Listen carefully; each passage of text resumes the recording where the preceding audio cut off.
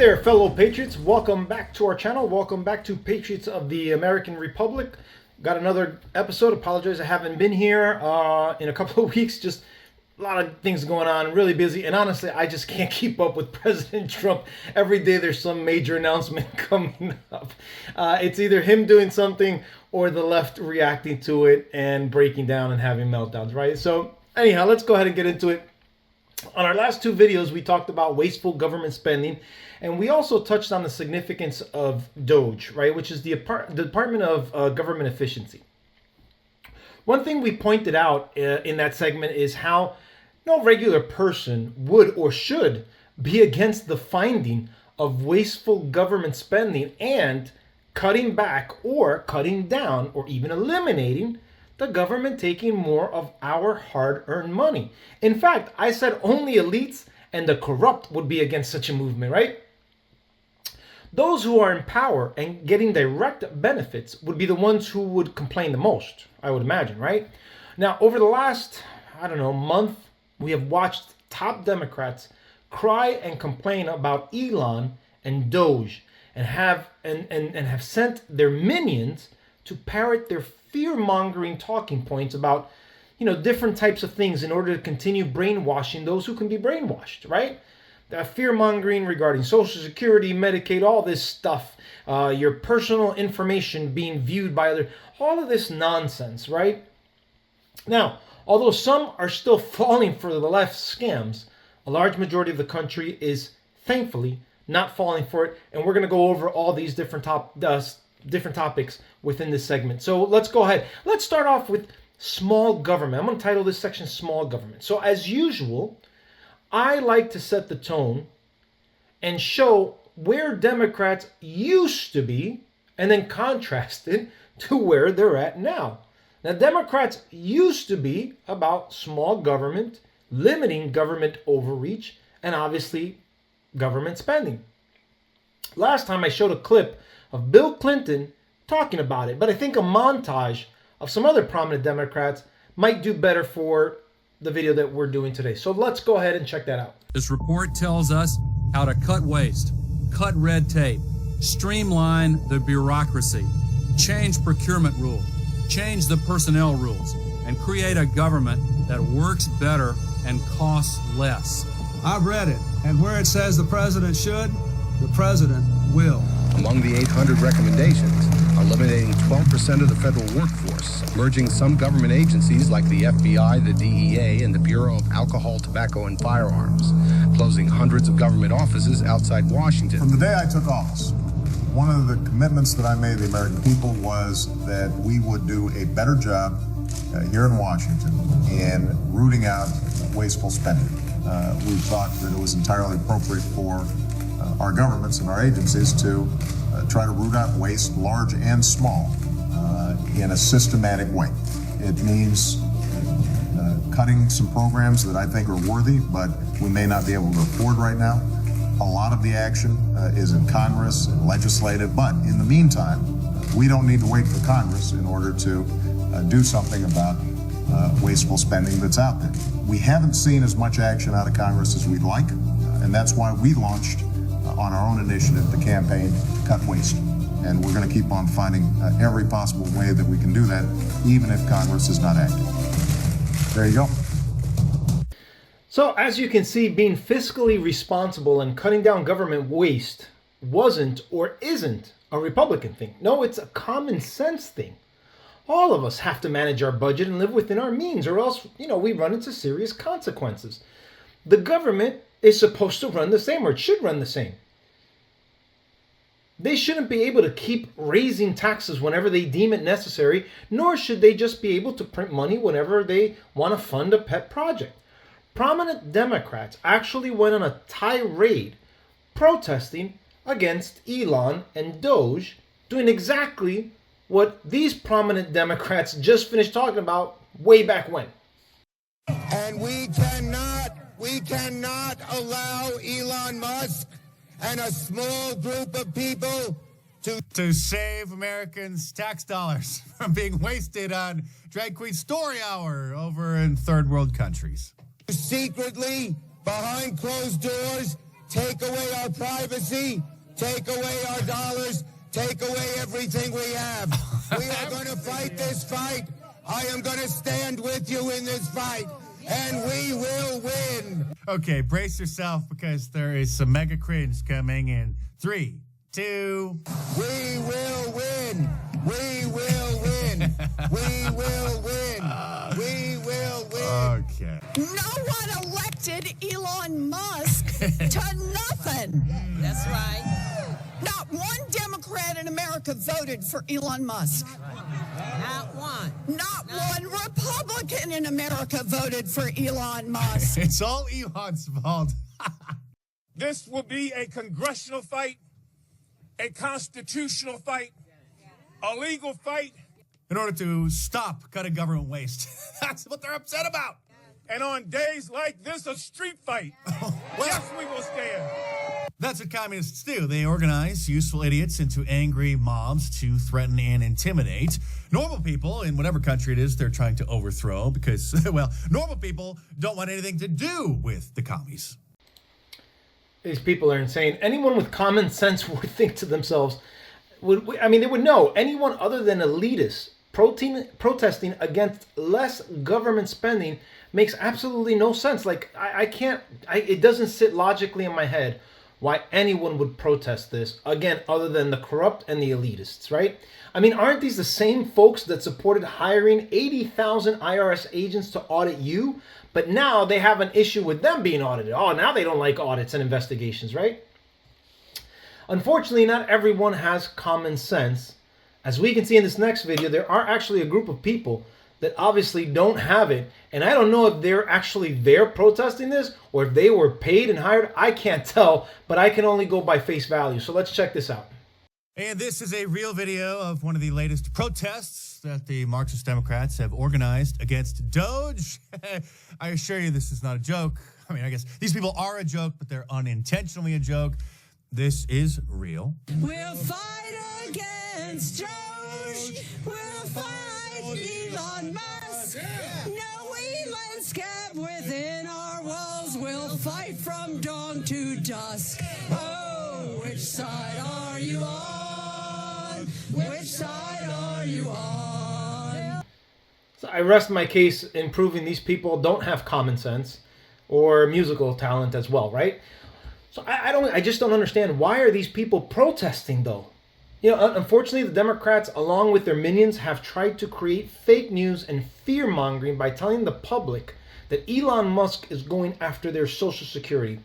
Warren tweeting this. Good news. After we raised the alarm, Doge has been blocked from accessing sensitive Department of Education data. Your Social Security number, income data, and personal information are safe for now. We will keep fighting back. But Utah Senator Mike Lee just was not having it. He responded, you literally passed a law giving IRS visibility into Venmo payments, and now you're all about privacy, but only for Doge because it's trying to weed out waste, fraud, and abuse of taxpayer funds? And are the vampires living amongst us? Because Elon Musk taking a peek into Social Security, apparently over 20 million recipients are listed as being above the age of 100. With one being listed between the ages of 360 and 369 years old. I would like to eat what that person is eating.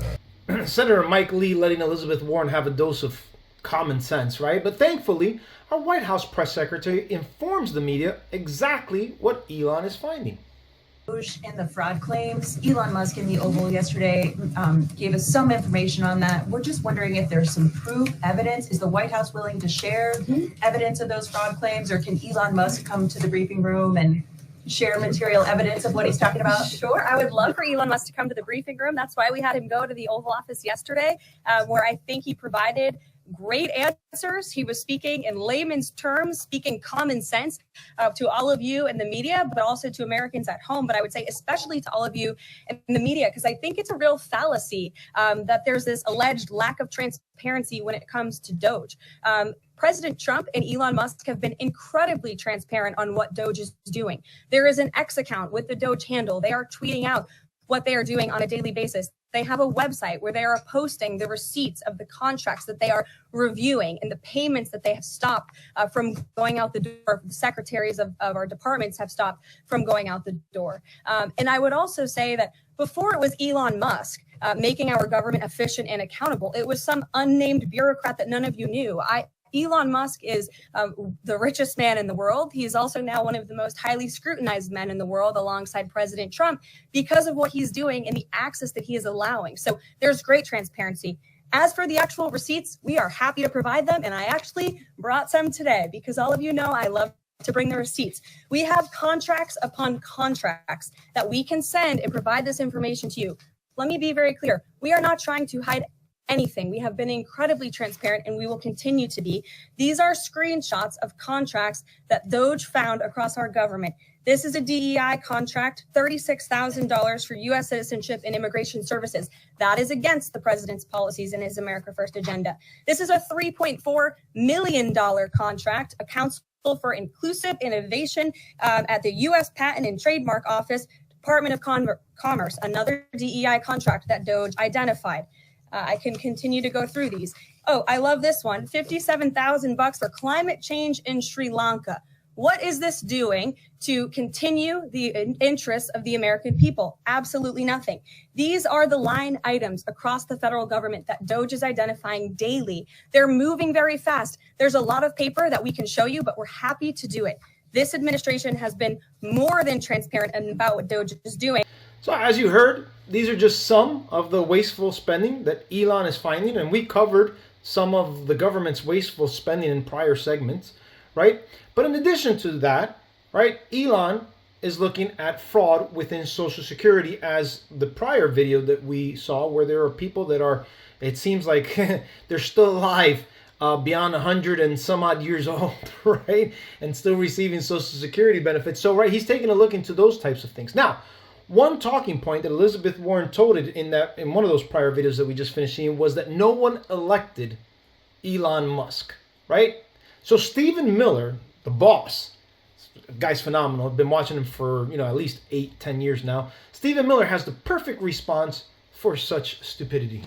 It is also true that many people in this room who have used this talking point that Elon is not elected fail to understand how government works. So I'm glad for the opportunity for a brief civics lesson. A president is elected by the whole American people. He's the only official in the entire government that is elected by the entire nation, right? Judges are appointed, members of Congress are elected at the district or state level, which is one man. And the Constitution, Article 2, has a clause known as the vesting clause, and it says the executive power shall be vested in a president, singular. The whole will of democracy is imbued into the elected president. That president then appoints staff to then impose that democratic will onto the government. The threat to democracy, indeed the existential threat to democracy, is the unelected bureaucracy of lifetime tenured civil servants who believe they answer to no one, who believe they can do whatever they want without consequence, who believe they can set their own agenda no matter what Americans vote for. So Americans vote for radical FBI reform, and FBI agents say they don't want to change. Or Americans vote for radical reform on our energy policies, but EPA bureaucrats say they don't want to change. Or Americans vote to end DEI, racist DEI policies, and lawyers of the Department of Justice say they don't want to change. What President Trump is doing is he is removing federal bureaucrats who are defying democracy by failing to implement his lawful orders, which are the will of the whole American people. Thank you. Stephen Miller drops truth hammer on civics and how bureaucrats are impeding the progress of the president who was elected by the people. And elected without any doubts, might I add, right? And then the mainstream media has been one of the biggest threats to our country. They have not been what our forefathers intended them to be. They have not been the voice of the people by exposing corruption. Rather, they have been bought out by the Democratic Party and have run propaganda-style news in order to help their Democratic comrades. It was revealed just a few weeks ago by DOGE, various news outlets received taxpayer funds via various different government agencies. So upon coming out here to the briefing room, I was made aware of the funding from USAID to media outlets, including Politico, who I know has a seat in this room. And I can confirm that the more than $8 million taxpayer dollars that have gone to essentially subsidizing subscriptions to Politico on the American taxpayers' dime will no longer be happening. The DOGE team is working on canceling those payments now. Again, this is a whole of government effort to ensure that we are going line by line when it comes to the federal government's books. And this president and his team are making decisions across the board on, do these receipts serve the interests of the American people? Is this a good use of the American taxpayers' money? If it is not, that funding will no longer be sent abroad, and American taxpayers will see significant savings because of that effort. In addition to Politico, it was reported that Reuters received $9 million. The Associated Press received $500,000. New York Times received $2.6 million. The BBC received approximately $3.2 million. And it was reported that Internews has received about $404 million since 2008. Now, why are media outlets receiving any taxpayer funds? Wouldn't that create the level of bias we've experienced from these types of news organizations? Just on the surface alone, wouldn't this give conflict of interest? I mean, the discovery of these payments certainly puts their bias into perspective, doesn't it? Naturally, the media is going to do whatever it can, which is lie to their audience to make it seem like common sense is crazy when you're being suckered into thinking cutting down government spending is common sense. Let's listen to Mark Dice's rendition of Brian Stelter trying to vilify government accountability. I love Mark Dice's rendition of Brian Stelter. Every day now, the Marxist Democrats in Congress and the Operation Mockingbird assets and the media are getting more upset over the Trump 2.0 administration cutting waste, fraud, and abuse and providing the receipts for the ridiculous expenditures that have been wasting our tax dollars for, well, generations. Here is little Brian Stelter, who thankfully was rehired by CNN for our entertainment, struggling with the lies that he is spewing, trying to frame the DOGE auditing of government agencies and of the employees as being nonsense. The starting point here is that it makes a lot of sense, in theory, to go and ask government employees what they're doing, right? Elon Musk would say that's common sense. He did this to the then CEO of Twitter before forcing out the CEO of Twitter and taking over Twitter a couple of years ago. And I think we should recognize to a lot of Americans, this makes perfect sense, right? Tell us what you did last week. What are your accomplishments? Lots of people are used to doing that at their jobs. Yes, which is why we want that of the government employees. Of course, it gets really complicated really quickly because you're dealing with classified information or you're not checking your work emails over the weekend. So I understand it's not the common sense that he claims it is. Okay, not everybody in the government is dealing with classified information. We just want to know what these bureaucrats do all day. But I think we should understand why people this appeals to people, why the memes appeal to people, right? It's actually nonsense, but it sounds like common sense.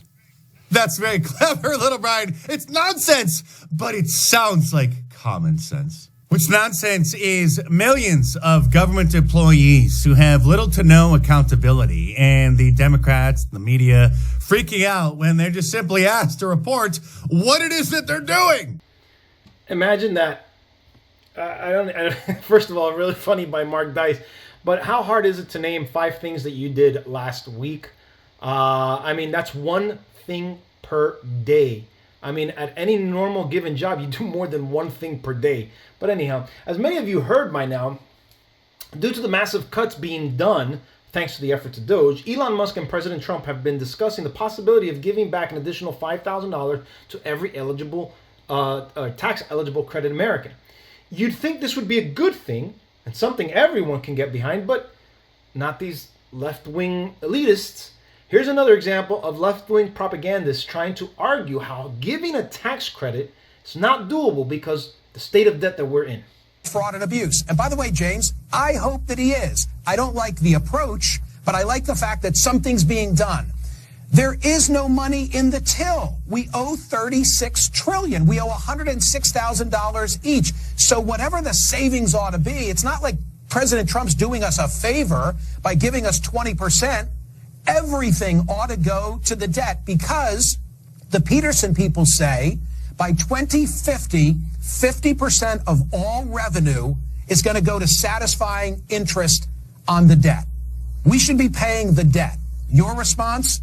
My response is this. We should be paying the debt, which is why the D.O.G.E dividend incentivizes every American to call out waste, fraud, and abuse, to lower the budget, to narrow the deficit, and to bring down the debt. Where was this emergency over the debt when we sent $350 billion to Ukraine to be wasted? Where was this emergency, Michael, on CNN when you guys were advocating $7,000 to migrants in Chicago? $7,000 a month per migrant, and now we want to spend $5,000 one time from President Trump to hardworking Americans. The migrants didn't deserve $7,000 a month. Hardworking Americans deserve a $5,000 check with President Trump's name on it. So enough with the double standard. Ukraine did not deserve $350 billion. Okay, listen to me. Listen to me. This is Madoff-like. This is a Ponzi scheme. No, Ukraine was a Ponzi scheme. The migrant funding was a Ponzi scheme. Hardworking Americans deserve a break. James, it was their money, Michael. It was their money. James, give me a chance to speak. Theoretically, it's my program. We don't have the money, is what I'm trying to tell you. It's a Ponzi. So we didn't have the money for Ukraine, right? We didn't have the money for Ukraine. $350 billion. I never do this. I don't want to be that guy. And do I have to silence your microphone so that I can respond to what you've said? Because there's so much fallacy in what you've just offered. Please go ahead and refute it. I have a very simple premise here. We're $36 trillion in debt.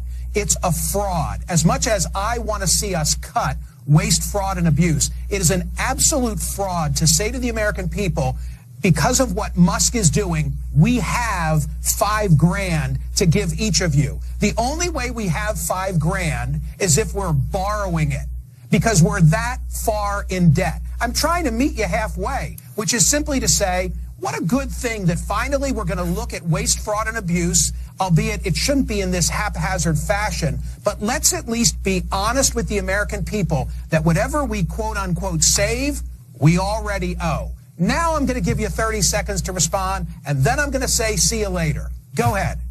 Michael, let me say this. We're fellow Americans. We care about this issue, and I'm grateful for the opportunity to come on this program, but I got to speak truth here. At the end of the day, we've got to send the money back that is saved, just 20% of it. The other 80% goes down to paying the national debt and narrowing the deficit. To your point, yes, there has been a fraud against the American people, the Green New Scam, Ukraine, the migrant crisis. Their taxpayer dollars were sent abroad, were not sent at home, were not spent in America, not on health care, not on education. That ends with President Trump's leadership today. He is delivering on his promise of major government reform, Michael. The D.O.G.E dividend plan is bold and Americans support it. Imagine what a numbskull you have to be against giving back $5,000 to people who have been overtaxed, the American people that have been overtaxed. Meanwhile, to James's point, he never said anything about Ukraine. He never said anything about the money going to migrants, right, per family, right? The wasteful spending in the prior administration. No, I remember them telling us, hey, listen, there is no inflation. And if you feel like there's inflation, it's because you're living above your means. Maybe lower your expectations a little bit more. Lower your lifestyle a little bit, right? I mean, James laid everything down exactly how it needs to go. And then the fallacy of saying that, oh, it should be going down to pay down the debt. Yeah, 80% of it is going in, 20%, thanks to the math, right, is going back to the American people because the American people have been overtaxed. American people have been overtaxed. Anyhow, going back to the rant by Brian Stelter. Now, that rant was brought on because Elon Musk, I want to give you guys a little bit of background. I should have done this beforehand, but anyhow, Musk sent out an email to all federal employees requesting them to list 5 things they did last week. People are having a meltdown over some form of accountability.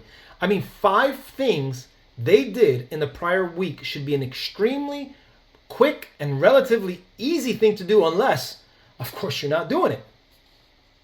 All right, folks, so I guess the left has finally found their proof of fascism. Here's Elon Musk, the fascist, sending a mass HR email to all the paper-pushing bureaucrats asking this very simple question. What did you do last week? Please reply to this email with approximately 5 bullet points of what you accomplished last week and CC your manager. Please do not send any classified information, links, or attachments. The deadline is this Monday at 11:59 p.m. East. So this is a mass email that Elon Musk sent to people, and apparently any government employee who fails to respond to the email is instantly getting canned, and there's actually a reason for that. Elon posted this the other day. The reason this matters is that a significant number of people who are supposed to be working for the government are doing so little work that they're not checking their emails at all. In some cases, we believe non-existent people or the identities of dead people are being used to collect paychecks. In other words, there's outright fraud. So Elon Musk is sending an email out there trying to find any MIA federal employees, people who are supposed to be present and accountable at their job, but they're not even checking their emails. And so he's running a simple test here to try to get to the bottom of it, which is typical Elon Musk. So instead of sending 5 simple things,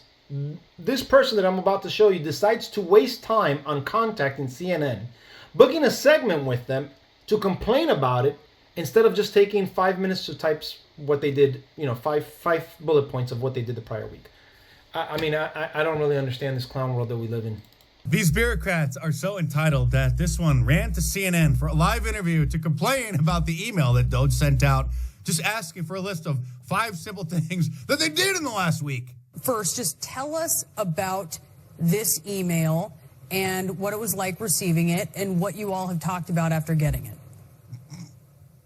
Sure. I got this email Saturday afternoon, about 3 p.m., and I felt absolutely infuriated getting this email with a demand within 48 hours to provide a response on what I did within the last week or face termination.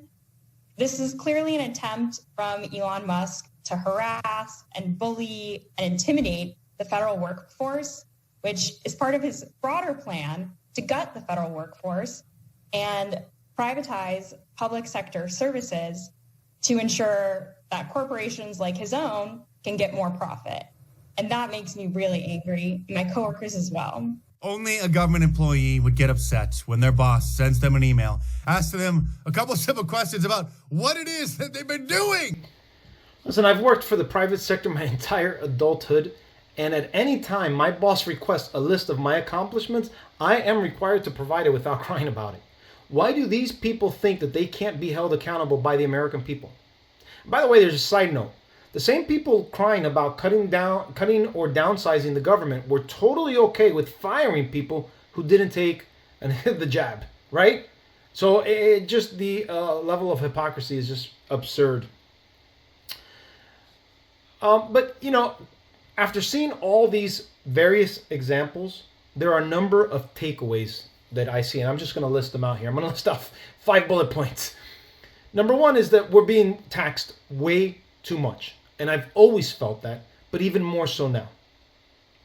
The U.S. government is not a piggy bank for the world. We send way too much money to too many other countries, and it needs to stop. The government wastes too much money, which is contributing to our high taxes. Now that goes in line with the first bullet point, right?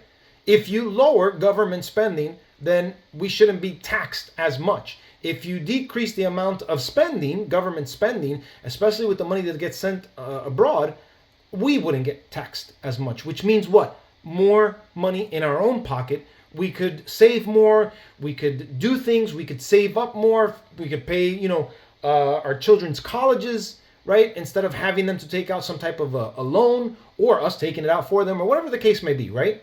Just having more money in our own pocket. I can't understand why people are against that. But anyhow, the U.S. gravy train must stop and government spending needs to be reduced. It has to be. It's way too much. It's way too big.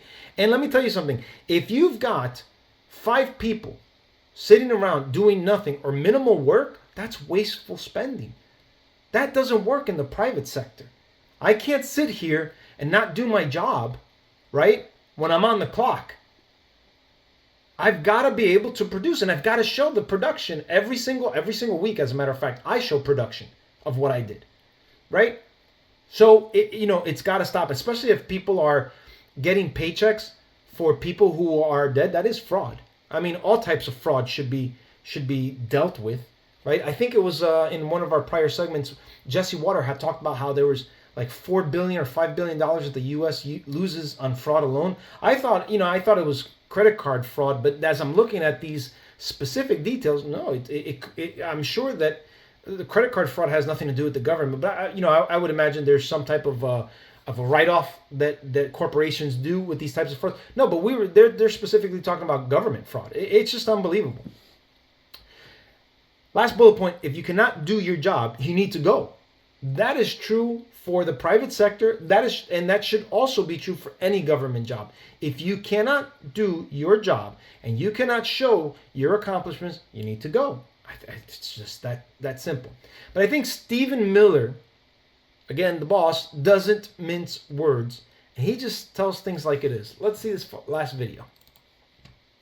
A federal bureaucrat who defies the lawful orders of this president will be fired. President Trump will ensure that whether you work at the FBI, whether you work at the CIA, whether you work at the Department of Homeland Security, the Department of Justice, the Department of Health and Human Services, career civil servants, also known as bureaucrats, work for the American people, and they work for the president the American people elected. They do not set their own agenda. They do not write their own rules. They do not work for themselves. They work for each and every one of you. You pay their salaries. You pay for the buildings they work in. You pay for every single thing they do. And if they are not following the laws, the Constitution, and the President of the United States, then they will find a new career. Now, I'm not sure about you folks, but I'm sick and tired of paying high taxes.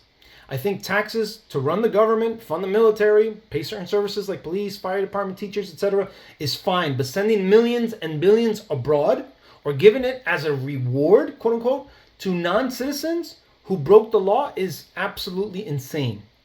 I saw a post by someone who said, if DOGE doesn't stop now, they'll eventually begin to investigate Republicans. I'm like, good. I'm not going to defend corruption simply because it's someone within my own party. The fact that this person said this is exactly why we're where we are. Instead of calling out corruption, people tend to cover it up because it's within their party lines. No, I'm sorry, both Democrats and Republicans are responsible for the very mess that we're in. And there's a handful of Republicans, like for instance Rand Paul, who have been, talking about wasteful government. They've been sounding the alarms for years now. It's not just something recent. They've been doing it for years, and it's fallen on deaf ears. So if you haven't been screaming a similar message for years, but you're doing it now, I know you're just going with the flow. We need people to always do what is right and what is best for the American people. That's why they get elected. If Trump doesn't win this election, this type of nonsense continues. And it continues to grow. You think these people are going to say, okay, well, let's decrease people's taxes next year. No, they're going to find a way. Oh, we need this, we need that, we need that. Where are we going to get it from? Let's increase taxes. So I'm very, very glad DOGE is doing what it's doing. I commend them. I hope they continue to go. And I hope it doesn't just stop at the federal level. I hope states also implement their own DOGE, because I'm sure there's a lot of waste being done at the state level as well. But anyhow, guys, that's my video for today. Thank you so much for joining. God bless you guys. God bless Donald Trump. God bless America. Continue to move forward. Peace out. And let's continue to lift up America and the American people. God bless. Bye-bye.